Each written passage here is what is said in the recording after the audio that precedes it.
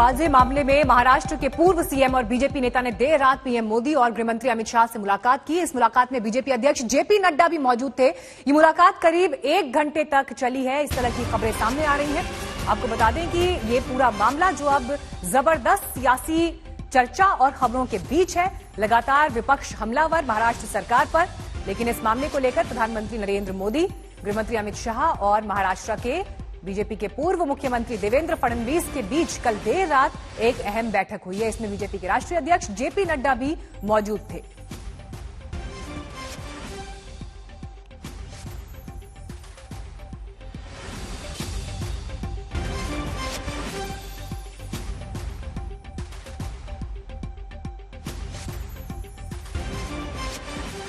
अनुसंधान से पूर्व चाहे कोई भी भूतपूर्व हो अभूतपूर्व मुख्यमंत्री हो, उनको दखलंदाजी नहीं करनी चाहिए। मैं देवेंद्र फडणवीस जी की पीड़ा से वाकिफ हूं।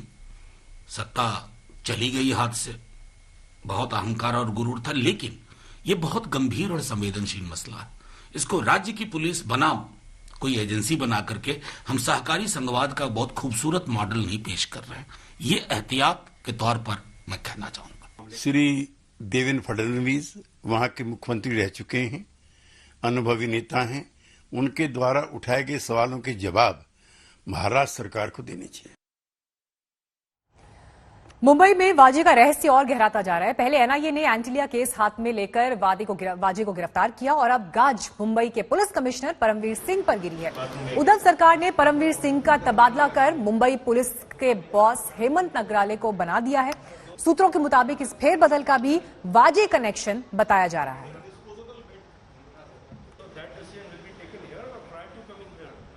मेरा मानना ऐसा है कि इस मामले में ये जो सारा घटनाक्रम है ये अकेले सचिन वाजे नहीं कर सकते, और इसलिए इसमें कौन कौन है इसका भी विचार कि निश्चित रूप से किया जाना चाहिए। कुल मिलाकर मुझे यह दिखाई पड़ता है कि फेलियर ऑफ पुलिस नहीं है, ये फेलियर ऑफ गवर्नमेंट है। भाजपा जिस तरह से वातावरण महाराष्ट्र में दूषित करना चाहती है, महाराष्ट्र को बदनाम करना चाहती है, महाराष्ट्र की सरकार ये नहीं चाहती कि महाराष्ट्र की ये इस तरह से झूठे आरोप लगाकर महाराष्ट्र को बदनाम करने में समय गवाए। अपोजिशन उन्होंने कहा था कि सचिन वाजे को निकालो, बाद में उन्होंने कहा कि वाजे हो गया, अब कमिश्नर की भी बदली हो गई। अब वो ऐसा करते करते मुझे तो ये लगता है कि नरेंद्र मोदी देश में सरकार जब बनाई तो झूठ बोल के करे, तो उसका भी राजीनामा मांगो ना। आखिरकार उद्धव ठाकरे डर गए। अभी तो परमवीर सिंह की बदली हुई है, लेकिन ये हमें मंजूर नहीं है। परमवीर सिंह ने सचिन वाजे को क्यों नियुक्त किया, 3 दिन क्या कर रहे थे, और उनकी लीडरशिप में आईसीयू ये वादे गैंग का हेडक्वार्टर बन गया, उसका जवाब परमवीर सिंह जी को देना पड़ेगा। पुलिस दल की अपनी एक प्रतिष्ठा है, अपनी एक इमेज है, बहुत ही प्रोफेशनल पुलिस मैं कहता हूँ मुंबई पुलिस को, और इस प्रकार की जब घटना होती है तो जरूर क्वेश्चन मार्क आता है प्रतिष्ठा के ऊपर। लेकिन अब पूरा कुछ संभल लेने के लिए आज नया पुलिस कमिश्नर मुंबई को मिला है और बहुत ही होनहार और प्रामाणिक अधिकारी है, उनका रिकॉर्ड बहुत ही अच्छा है। कोई अधिकारी कोई गलत काम करे, फर्जीवाड़ा करे, तो सरकार के इशारे पे, किसी मंत्री के इशारे पे चीजें नहीं हुई। निश्चित रूप से मुंबई पुलिस की छवि खराब हुई। जो इतना गैर कानूनी काम अगर पद पे बैठा हुआ व्यक्ति करे तो निश्चित रूप से गलत है। लेकिन सरकार को खतरा है अगर इस तरह से कोई कहता है, तो हमें लगता है इसमें किसी भी प्रकार का कोई तथ्य नहीं।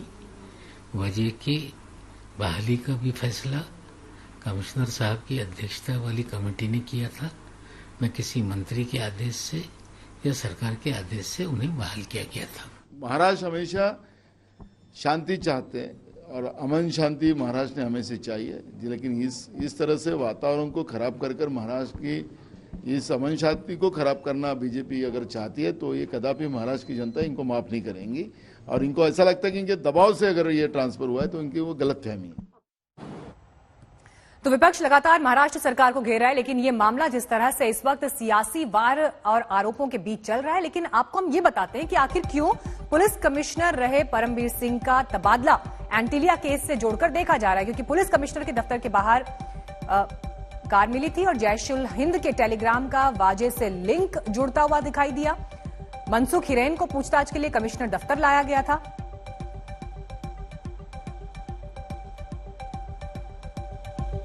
और यही वजह है कि अब विपक्ष लगातार ये दावा कर रहा है कि उनके दबाव के बाद ये कदम महाराष्ट्र में सरकार को उठाना पड़ा।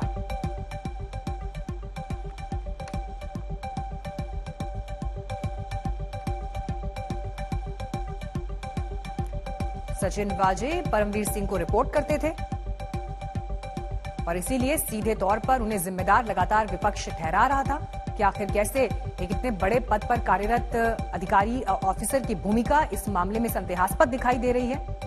16 साल बाद सचिन वाजे की वापसी हुई थी, तो ये तमाम बिंदु ऐसे हैं जो शक को और गहरा करते रहे इस मामले में। और विपक्ष ने लगातार ये कहा कि आखिर ऐसे में परमवीर सिंह की जिम्मेदारी क्यों नहीं तय की जाती, उनकी अकाउंटेबिलिटी इस पूरे मामले में क्या है।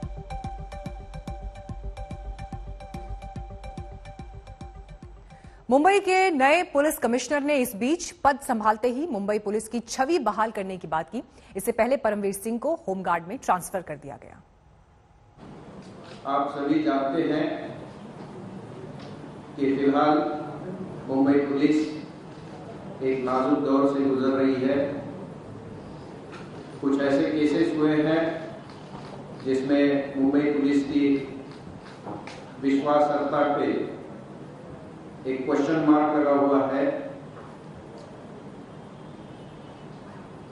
कोई भी ऑनगोइंग इन्वेस्टिगेशन केस के बारे में मैं ज्यादा बात नहीं करूंगा, क्योंकि वो सही नहीं होगा।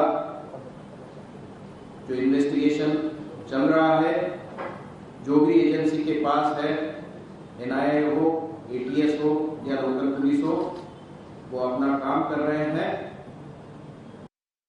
देश के कई राज्यों में कोरोना के केसेस लगातार बढ़ रहे हैं, उनमें गुजरात भी शामिल है। गुजरात का सूरत उन 4 शहरों में है जहां नाइट कर्फ्यू समेत कई पाबंदियां हैं, लेकिन 2 दिन पहले वहां गुजरात के प्रदेश बीजेपी अध्यक्ष का जन्मदिन धूमधाम से मनाया गया।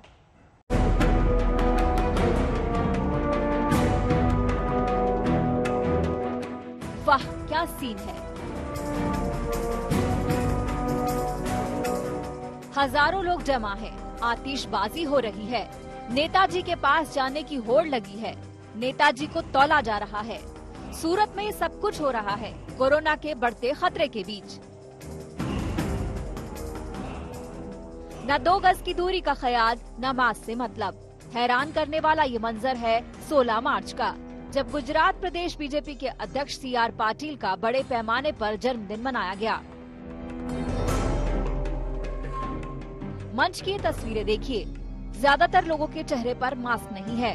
कुर्सियां भी इस तरह लगाई गई हैं कि 2 गज की दूरी का ख्याल नहीं रखा गया है। अब अगली तस्वीर देखिए, नेताजी को तराजू पर शायद सिक्कों से तोला जा रहा है। यहाँ भी खुशी में लोग मास्क लगाना भूल गए या फिर उनका चेहरा इतिहास में दर्ज हो जाए, इसीलिए उन्होंने मास्क नहीं पहन रखा है। आतिशबाजी की तस्वीर देखिए, जमकर आतिशबाजी हो रही है और आसपास लोगों का रेला लगा हुआ है। ना ही कोरोना प्रोटोकॉल का ख्याल है और ना ही अपनी जिंदगी का डर। ये उस सूरत का सूरत हाल है जहां कोरोना के बढ़ते मामलों को देखते हुए भारी चिंता है। गुजरात में कल कोरोना के 1122 नए केस सामने आए, जिसमें सबसे ज्यादा 312 केस सूरत से हैं, जबकि अहमदाबाद से 264, वडोदरा से 97 और राजकोट से 88 नए केस सामने आए हैं। सूरत में बढ़ते हुए केसेस को देखते हुए सभी स्कूल्स, कॉलेजेस और ट्यूशन क्लासेस को सिर्फ ऑनलाइन संचालन करने का आदेश भी जारी किया गया है। सिर्फ परीक्षाएं ही ऑफलाइन हो सकेंगी। सभी चेक पोस्ट, एंट्री पॉइंट्स और टोल प्लाजा पर कोविड टेस्ट को अनिवार्य कर दिया गया है। सूरत नगर निगम ने 20 रूट्स पर बस रैपिड ट्रांजिट सिस्टम और सिटी बस को बंद करने का फैसला किया है। सभी बागों और शांति कुंजों को अनिश्चित काल के लिए बंद करने का फैसला किया गया है। बाहर से आने वाले लोगों को 7 दिन के लिए अनिवार्य रूप से होम क्वारंटाइन में भेजने का फरमान भी जारी किया गया है। कोविड रोकने के लिए इतने बड़े पैमाने पर एहतियाती कदम के बावजूद अगर नेता ही नियमों का माहौल उड़ाएं तो कोविड से जंग भारत कैसे जीतेगा। सूरत से संजय सिंह राठौर के साथ आज तक ब्यूरो।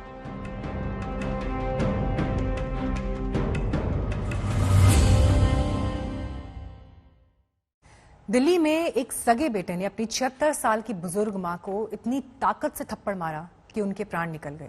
शरीर किसी पुराने जर्जर मकान की तरह ढह गया।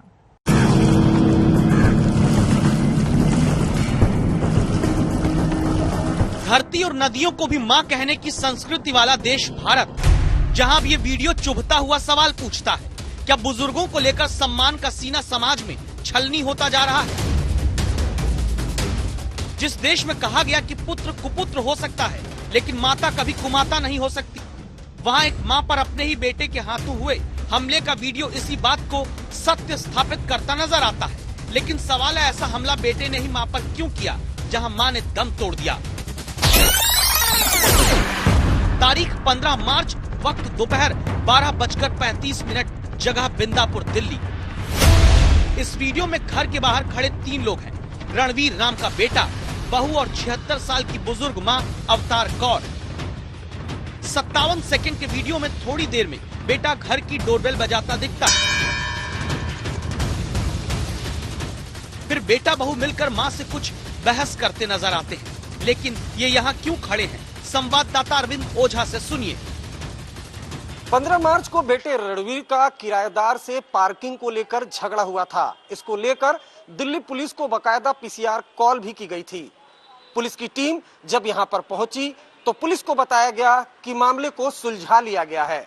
पुलिस जब यहां से रवाना हुई तो उसके बाद सास, बहू और बेटे आपस में बातचीत करते हुए सीसीटीवी कैमरे में दिखाई दे रहे हैं। 36वें सेकंड पर बुजुर्ग मां कुछ कहती दिखती है। 4 सेकंड बाद बहू बोलना शुरू करती है। 44वें सेकंड में बहू पति की तरफ इशारा करके कहती है और फिर तुरंत इसके बाद बेटा रणवीर 76 साल की मां पर हमला कर देता है।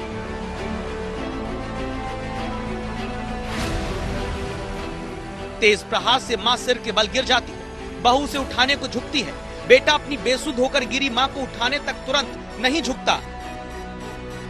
बेटे रणवीर ने जब अपनी मां को थप्पड़ मारा तो मां इसी जगह पर जमीन पर गिर गईं। आनन फानन में मां को अस्पताल ले जाया गया, जहां पर डॉक्टरों ने उन्हें मृत घोषित कर दिया। हमले को छुपाने के लिए बेटे ने आनन फानन में अपनी मां का अंतिम संस्कार कर दिया। यहां तक कि उनकी मेडिकल रिपोर्ट भी नहीं बनाई गई थी। लेकिन वायरल वीडियो के आधार पर पुलिस ने जन्म देने वाली मां की ही सांसें छीन लेने वाले बेटे रणवीर को गिरफ्तार कर लिया। लेटर ऑन सब्सिक्वेंटली उसकी डेथ हो जाती है और ये इंसिडेंट जो है लेटर ऑन रिवील हुआ। सब्सिक्वेंटली उसके ऊपर जो है लीगल एक्शन ले लिया गया है 304/200 आईपीसी में, और जो अक्यूज है उसको अरेस्ट कर लिया गया है। मां अवतार कौर का ये घर, जिसके बाहर बेटे ने सीसीटीवी कैमरे लगवा कर लिखवा दिया कि ये घर सीसीटीवी कैमरों की निगरानी में है, लेकिन वही बेटा अपनी मां का ख्याल रखने वाली निगरानी नहीं कर सका। तो हमला किस वजह से किया गया? हमले वाली जगह पहुंचकर संवाददाता अरविंद ओझा ने मृतक बुजुर्ग की बहू से पूछा, किस चीज के लिए गुस्सा आ गया था आपके हस्बैंड को, ये बता दीजिए सर। वो तो हमारे प्रॉपर्टी का मैटर था। मां को मारने वाला बेटा पकड़ा गया, तो क्या कहानी सिर्फ इतनी है या फिर बुजुर्गों के लिए अपनों से ही खतरे का यह अंदेशा समाज में चारों तरफ फैला है? क्योंकि इसी हफ्ते महाराष्ट्र के अकोला में सगी बेटी ने प्रॉपर्टी में कुछ रुपए के विवाद पर मां को मार दिया। बिहार के अररिया में 6 साल से 3 बेटों ने ही पिता को एक कमरे में बंद करके रखा था। पिता को पुलिस ने छुड़वाया। और हेल्पेज इंडिया के एक सर्वे के मुताबिक बुजुर्गों को प्रताड़ित करने वाले 56% मामले में उनके अपने ही बेटे शामिल होते हैं। सर्वे कहता है कि बुजुर्ग परिजन के साथ हिंसा में 26% बहुएं जिम्मेदार होती हैं। सर्वे ये भी बताता है कि बुजुर्ग पिता के मुकाबले ज्यादा माताएं अपने बेटों के कारण प्रताड़ित होती हैं। 30% वृद्ध महिलाओं, जबकि 26% बुजुर्ग पुरुषों ने कहा कि उनके बेटे ने उन्हें मारा पीटा, गाली दी या फिर डराया, जबकि 15% बूढ़ी महिलाओं और 8% बुजुर्ग पुरुषों ने अपनी बहू को प्रमुख रूप से प्रताड़ना का कारण बताया।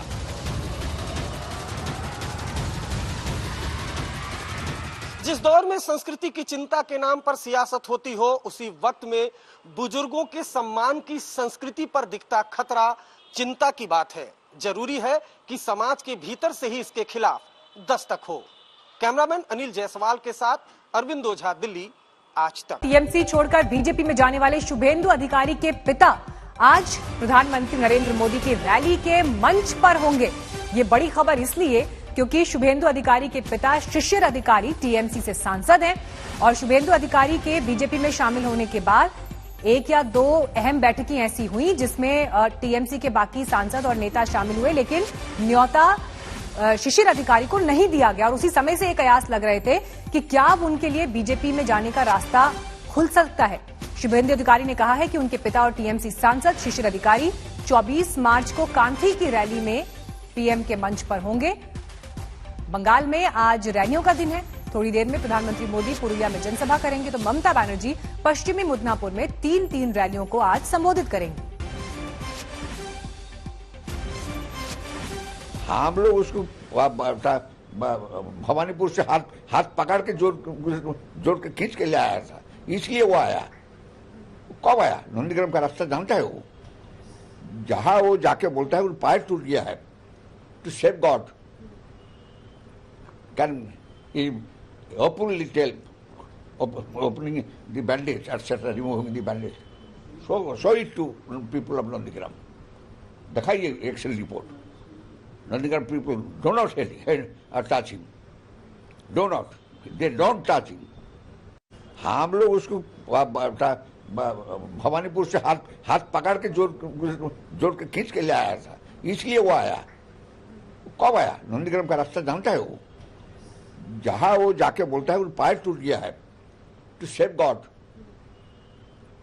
Can openly tell opening the bandage, etc., removing the bandage. Show it to people of Nandigram. दिखाइए Excel report. Nandigram people do not touch him. They don't touch him. शर्म नहीं है। I respect it like my own sister. Today I have been so much shocked and hearted. कहाँ जाता है आदमी politics करने के लिए, जीतने के लिए, इतना सारे फॉल्स अटैक्स। तो बीजेपी लोग ने हमको अटैक किया है। की कर रहा है वोट के लिए। देखिए, दूध का दूध, पानी का पानी, वो चुनाव जब आएगा और जब दूसरा में जो चुनाव का नतीजा आएगा मिल जाएगा। देश को ही नहीं मानता है।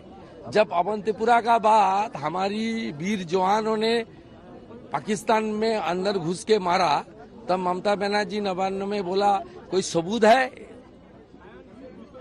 ये देश प्रेमी नहीं है। हम लोग देश का मजबूत करने का बात बोलता है, कश्मीर से कन्याकुमारी देश हमारी बोलता है, और वो बोलते है कि 4 कैपिटल बनाओ। प्रधानमंत्री को तू ही के रे तो ही ताकारी फिल्दी लैंग्वेज यूज करता है।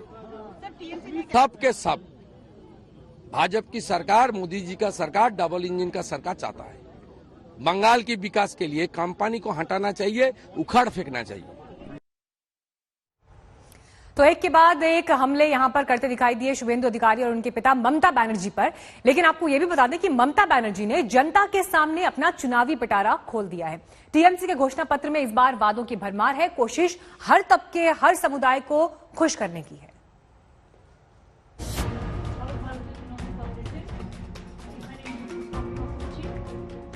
व्हील चेयर पर बैठी ममता बनर्जी के लिए चुनावी वादे बंगाल में बीजेपी के इरादों पर कितनी चोट पहुंचा पाएंगे, ये सवाल अब बंगाल में सबके मन में है, क्योंकि दीदी ने बड़े बड़े वादे किए हैं और बड़ा कार्ड खेला है। पहला बड़ा वादा दिल्ली की तर्ज पर घर तक राशन पहुंचाने का है। दूसरा बड़ा वादा सामान्य वर्ग के 1,60,00,000 घरों को साल के 6,000 रुपए ट्रांसफर करने का है। तीसरा बड़ा वादा ओबीसी, दलित और आदिवासी परिवार को साल के 12,000 रुपए ट्रांसफर करने का है। चौथा बड़ा वादा छोटे किसानों को प्रति एकड़ 10,000 रुपए सालाना रकम देने का है। लेकिन इसमें राशन की फ्री डोर स्टेप डिलीवरी का वादा तो पहले से विवादों में है। जिसका ऐलान पुरुलिया की एक रैली में ममता बनर्जी ने किया था और जिस पर शिकायत के बाद चुनाव आयोग ने रिपोर्ट मांगी है। If I say something that doorstep already we have done the program. Everybody knows we are a Sarkar. 3 months we ran this program. So this is nothing new. Everybody knows. So if we expand this, what is the harm? And this manifesto has been approved by the commission. लेकिन इन वादों से अलग ममता बनर्जी ने जो बड़ा चुनावी card खेला है वो है जाति का कार्ड, और जिस पर बीजेपी से उनकी होड़ भी है, क्योंकि चुनावी घोषणा पत्र में ममता ने कहा है कि महिष्य, तामुल, तिली और साहा जातियों को ओबीसी का दर्जा देने के लिए एक टास्क फोर्स बनाया जाएगा।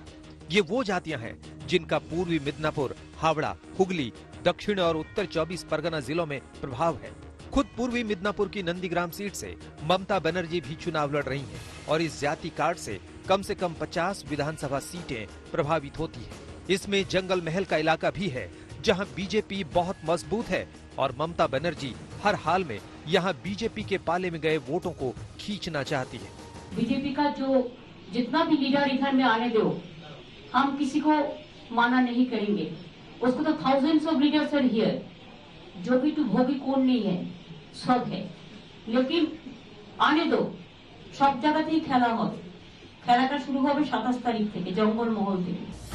जाति का यही कार्ड बीजेपी भी खेल रही है और ये आरोप लगा रही है कि बंगाल में हिंदू धर्म की कई अन्य पिछड़ा जातियों को आरक्षण से दूर रखा गया है और वो महिष्य और तेली जैसी जातियों को ओबीसी में शामिल करवाएंगे।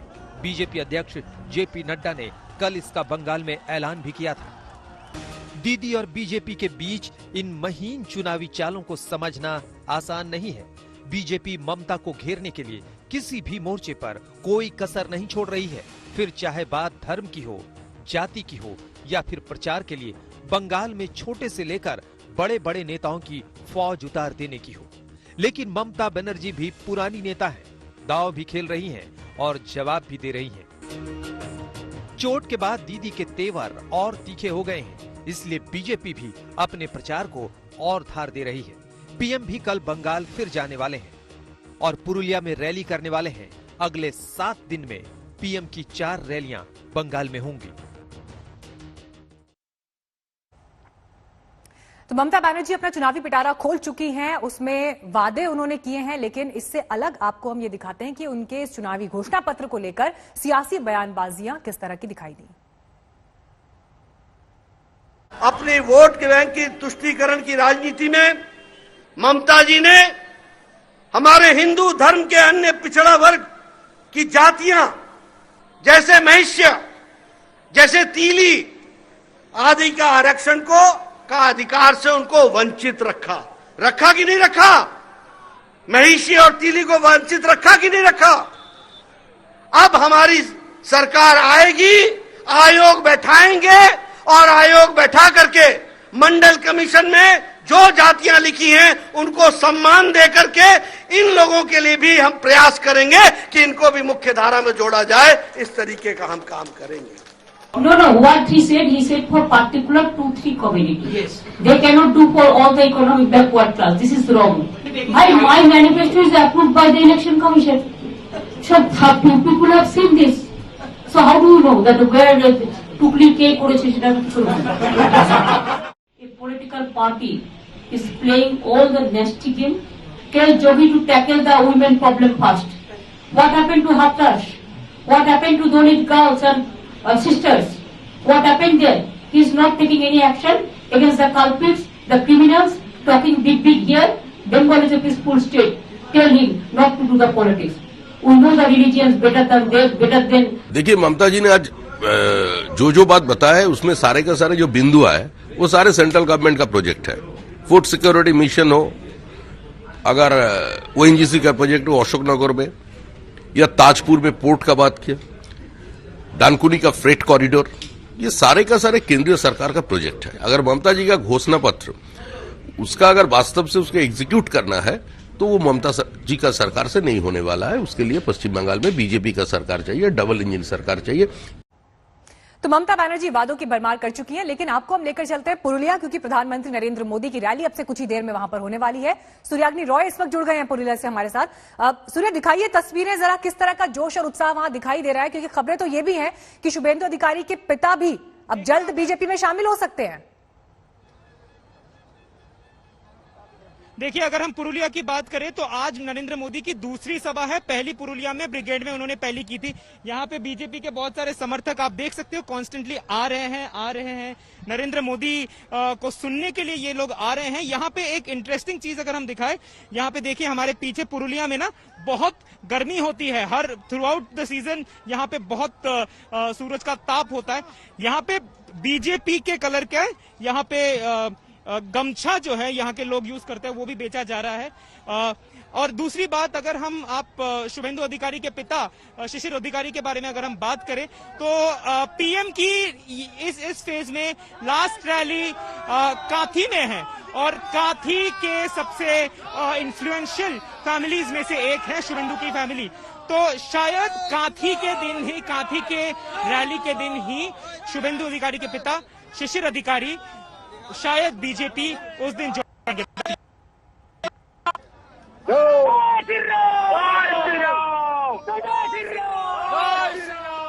तो पुरुलिया से यहाँ पर सूर्य हमको लगातार रिपोर्ट कर रहे हैं, और रैली में जिस तरह से लोगों का उमड़ना शुरू हुआ है, समर्थकों का आना शुरू हुआ है, उसकी भी तस्वीरें हमने देखी। सूर्य, ये बताइए आज पुरुलिया की रैली में प्रधानमंत्री के मंच पर कौन कौन हो सकता है?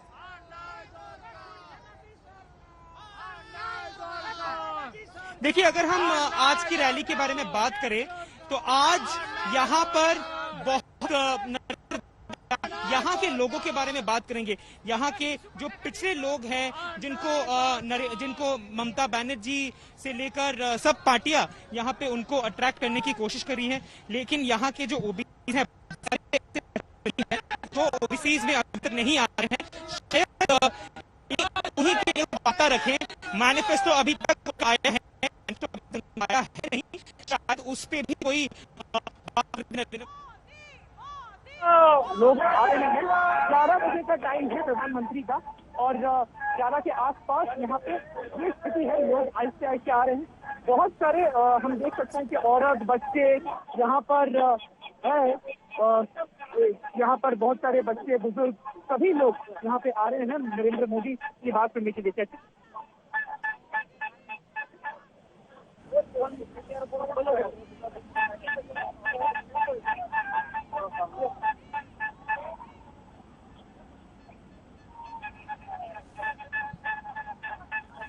तो सूर्याग्नि लगातार हमें अपडेट वहां से दे रहे हैं। पुरुलिया में आज प्रधानमंत्री की रैली है, और पहले फेज से पहले जो इस एरिया में जो उनकी आखिरी रैली होगी कांथी में माफ कीजिए, वहां खबरें ये आ रही हैं कि शुभेंदु अधिकारी के पिता, जो कि अभी टीएमसी सांसद हैं, शिशिर अधिकारी, वो भी शामिल हो सकते हैं बीजेपी में। इससे पहले हमने आपको उनका स्टेटमेंट भी सुनवाया। ममता बनर्जी पर जिस तरह से वो हमलावर दिखाई दिए, उससे तस्वीर तो ये साफ हो गई कि अब वो किस तरफ जा सकते हैं। शुभेंदु अधिकारी लगातार ममता बनर्जी पर हमलावर है, और एक बड़ी फाइट, एक बड़ी टक्कर इस बार नंदीग्राम में देखने को मिलेगी, जहां पर ममता बनर्जी और शुभेंदु अधिकारी आमने सामने होंगे।